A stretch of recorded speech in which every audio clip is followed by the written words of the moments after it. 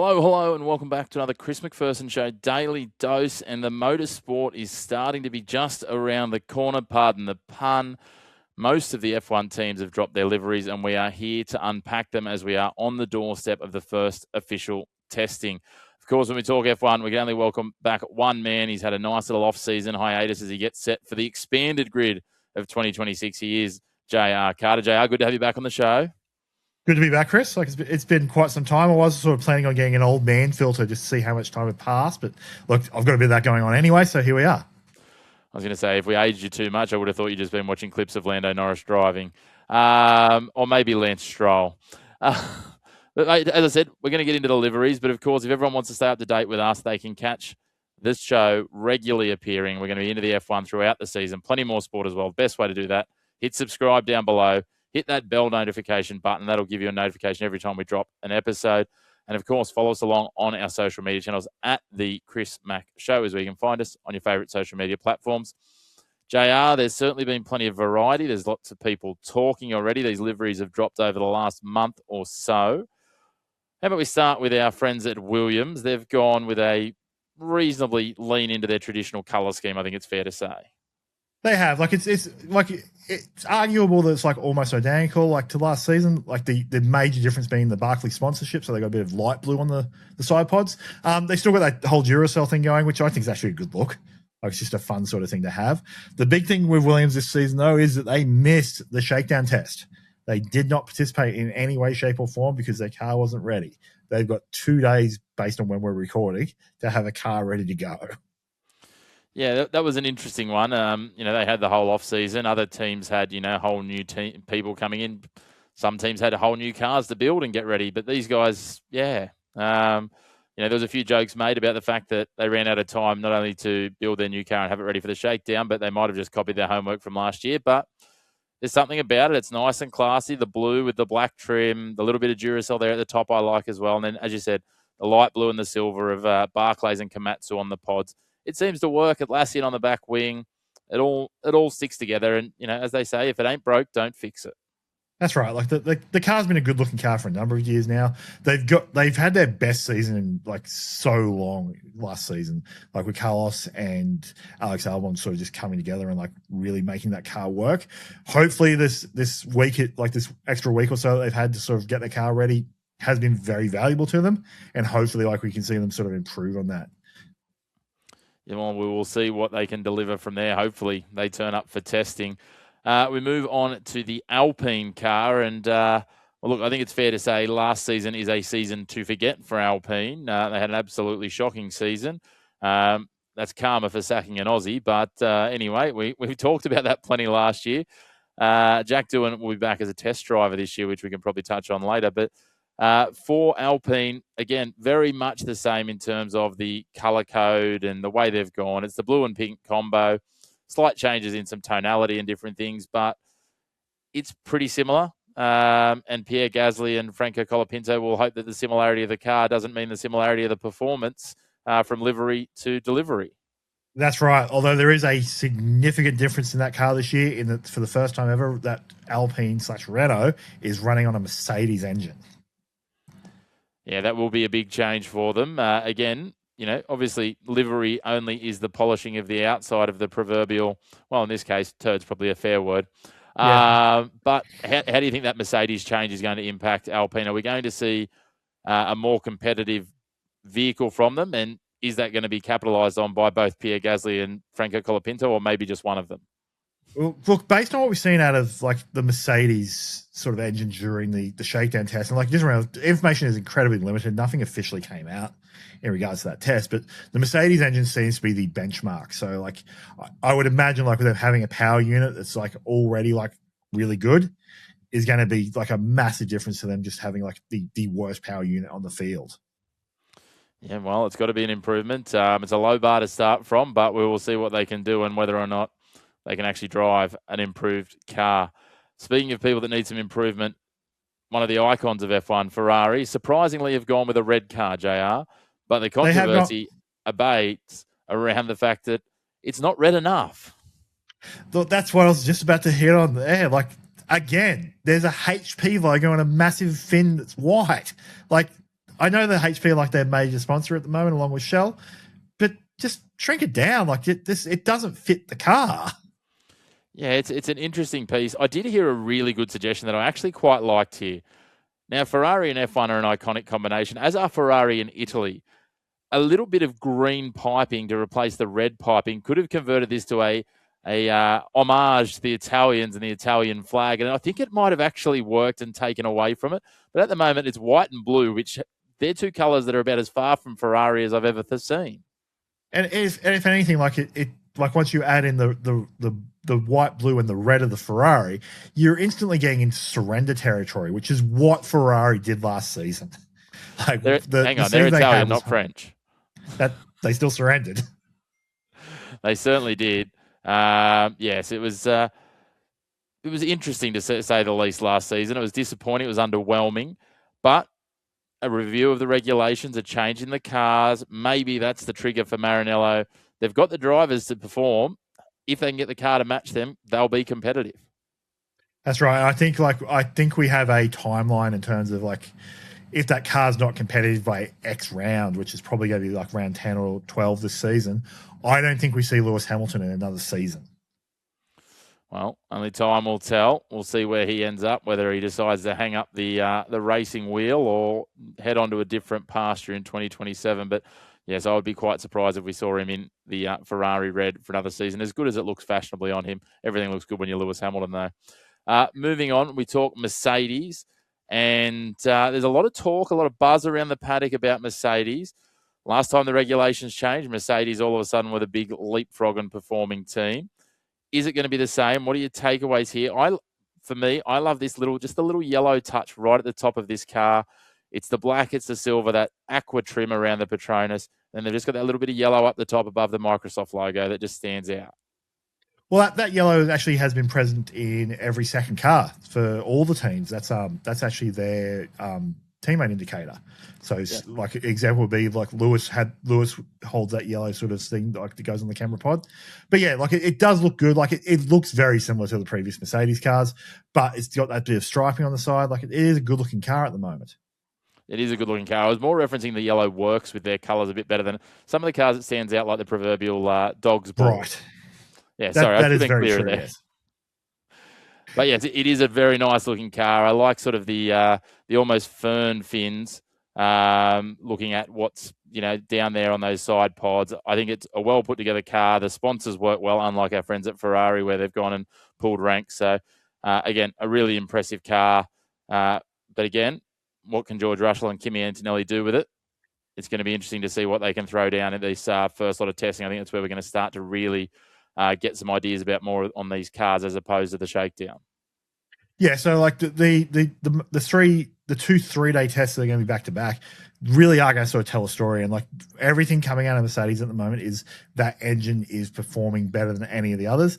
There is some question marks around said engine, it's technical regulations. Of course, someone's going to be trying to get past them, but it looks like there's a bit of a compression ratio thing going on with the Mercedes engine versus all the other engines where they found a way around it based on when they do the test of the engine, if it's hot or cold. So I believe there's some stuff going on in the background around that. We may hear more of that during the 3-day test, but watch that space. There's still more questions than answers out there. FIA rules are made to be bent, not broken, until they decide that your bend did break them, and then all of a sudden you might be back to the drawing board. Let's move on to the new team that's not the new team, Audi, with their R26. And as the people at Top Gear very well put it, it does have some very early 2000s, I should say, McLaren's about it. The silver with the orange and black. I actually don't mind it. It's a little bit retro without being too retro. There's a lot of colour going on in the back end, though. Look, if I'm honest, the first thing I seen when I seen the Audi car was this is the Red Bull we have at home. Like it's like the basic sort of layout. Like with change that silver for black, you've got a Red Bull car. Like that's sort of where we're at with it at this stage. Yeah, there's certainly some similarities. So it'll be interesting to see what they can generate. Again, the colours aren't going to make these cars go any faster. It's just about how it catches the eye. There's something classic about that silver and a large lot of silver, and we'll talk some more silver in a little bit.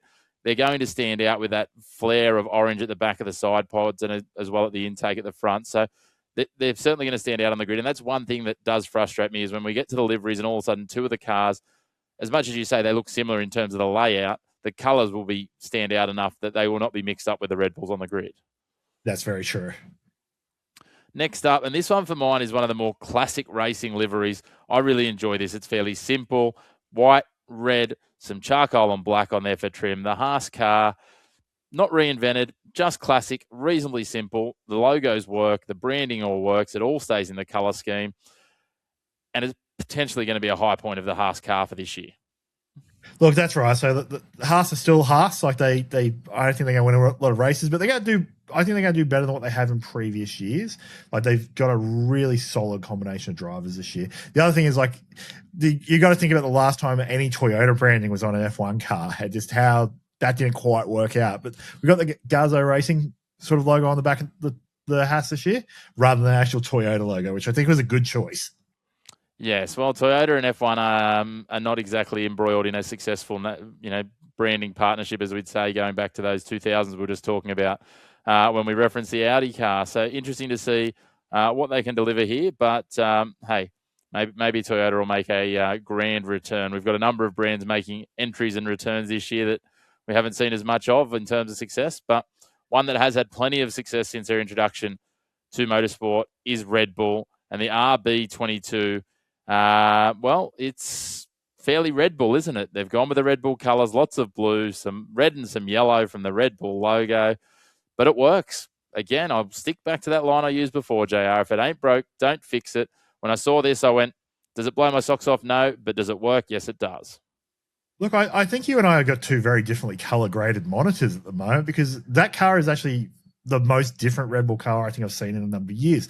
The gloss blue is probably what's made the big change here, like where it's actually sort of popping with all the other colors. It's not quite the Ford logo blue. It's like very, very close. So the Ford logo blue still pops out sort of on the rear of that chassis. But that sort of royal blue that instead of the sort of the more blackened sort of look that the Red Bulls have had over the last few years, that really does pop with the Ford sort of logo. Yeah, I think the alignment worked well there. It'll be good to see it out on the track, as you say. And I think, to be fair, yeah, it does come up a lot darker on my screen, obviously, than it does on yours. I wouldn't have described it as royal, but again, the iPad's doing me dirty maybe here. Again, though, I will stand by. I do like it. It's reasonably classical in terms of their patterning and all those sorts of things, breeding that, the Red Bull logo in above the driver. It stands out. It's easy to pick from a distance, and that's what works for Red Bull. Speaking of Red Bull, the Racing Bulls, again, similar things. The nose cone up above the driver. The Red Bull is there. Much more white, though, with the Visa logo on the side pods as well here. So, again, they're sticking with a fairly similar theme, but just, a little bit less colour in their paint because they're a little bit less valued in their team structures. That's right. Like they've got nice sort of white wheel covers. Like there's a lot of white going on that car. The other thing is we could have touched on this on the Red Bull as well. The air intake above the driver on these two Ford cars is massive. So that's like a big visual sort of describer of what those cars are sort of doing. Yeah, it does stand out, doesn't it, from that point of view? So it'll be interesting to see how long it is before an underperforming Red Bull car becomes an Arvin Lindblad car for him to be eaten up and spat out by Max Verstappen. But we'll wait and see. Looking forward to seeing another teenager on the grid. What else to make you feel like you're not performing in your life than another teenager driving F1? That's very true, actually. Like even Max, like during some of these pre-events where he got reunited with Daniel Ricciardo very recently, he was talking about how Arvid doesn't have his driver's license yet.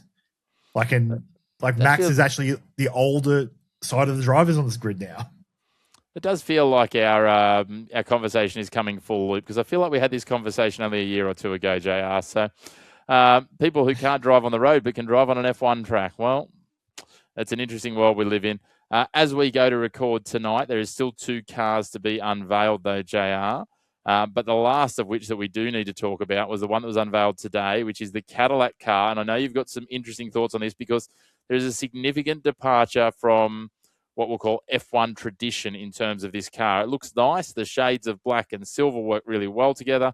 I didn't think Cadillac were going to take a flyer and do anything too outlandish, but they have, as I said, done something a little bit different to what other teams have gone with in history. They have. So they've gone with an asymmetrical livery where like one side of the car's white, one side of the car's black. And either side of the car looks really good. Like I'm really impressed for what the unit they put together. It's not what we would have expected from Cadillac. I was expecting like a yellow car effectively, like to sort of go with Cadillac's branding. But TWG being the major sponsor on there, I think they've had a big say in sort of what color that car actually goes with. Yeah, I think so too. It would have been quite something to see that just a full gold car like the Cadillac logo. That would have been quite, the gold with some red trim like the Cadillac logo has. That would have been very ballsy. It might have been very reflective and very dangerous on the track. But hey, I'm channeling some Will Ferrell in Talladega Nights with his windscreen sponsorship. That's actually a really great example of like just drivers who are terrified to be back on track. Like you can just imagine Sergio just having like a little bit of heat and then he's jumping out of his car and rolling on the ground like saying he's on fire. Yeah, well, Valtteri has some real Talladega Nights vibes about the way he approaches some of his press engagements as well. So could be quite entertaining. I'm really looking forward to seeing both of them back on the grid. But yeah, as I was saying, still 2 cars to be unveiled, JR, which will be unveiled tonight in the lead up to testing. So we will have a fully kitted out field when we hit testing in 48 hours or so's time. That's right. So 6 p.m. Australian time. I believe it's being broadcast on KO, so that like we can sit there and enjoy it till 3 o'clock in the morning. Like it's going to be 2 very long sessions, and then 3 days of that, which I am greatly looking forward to. Yeah, JR will be stocking up on the toothpicks to keep the eyes open and primed to take it all in. And undoubtedly, as we head through testing, we'll have some more content to get to you. We'll be able to talk about those cars, about who's performing as well. And JR, it's only a matter of weeks now until the first race gets us underway for season 2026. It feels like not that long, really. I mean, it's just over 8 weeks since we wrapped up season 2025, and that championship was ill-gotten by Lando Norris. No, not really. He won it. I'm still a little bit salty. I think ill-gotten's still the correct term, where just things just didn't like. McLaren as a team needs to do some growing this year and learn that they're. Because if they favour Lando this year, he's going to choke again. Like, that car's not going to be as fast as what the works Mercedes is. And Lando's going to probably end up trying to kill himself trying to get past George Russell, I think. Yes, well, that's going to be interesting to see, isn't it? To see what all plays out. New players on the grid, an extra couple of cars in there. But the good news is they're smaller, so they'll be able to overtake some more. Lots of different pieces changing with those regulations. But, JR, I'm excited to see 22 fully kitted out cars driving around in the desert heat for a few days. It's been too long already, even though it hasn't been that long of an off season, but we cannot wait. I know you'll be primed for it, but as always, a huge thank you for your time and pulling apart the colours and designs, which is not something I thought that you and I'd be highly qualified for, but hey, we gave it a shot anyway. Look, that's right. Like we don't really have any hard data to sort of talk about in terms of times yet. So this is what we got stuck with.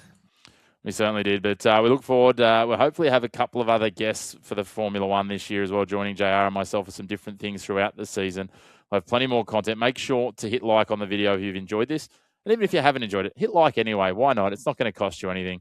Hit subscribe, hit that bell notification. And of course, if you want us to update with the short snippets of our F1 content as well as all of our other sports as well, head over to Instagram, X, TikTok, and Facebook and find at The Chris Mack Show where you can follow along. But until next time, a big thanks for you for tuning in to your home of the black and white of sports. No grey opinions here.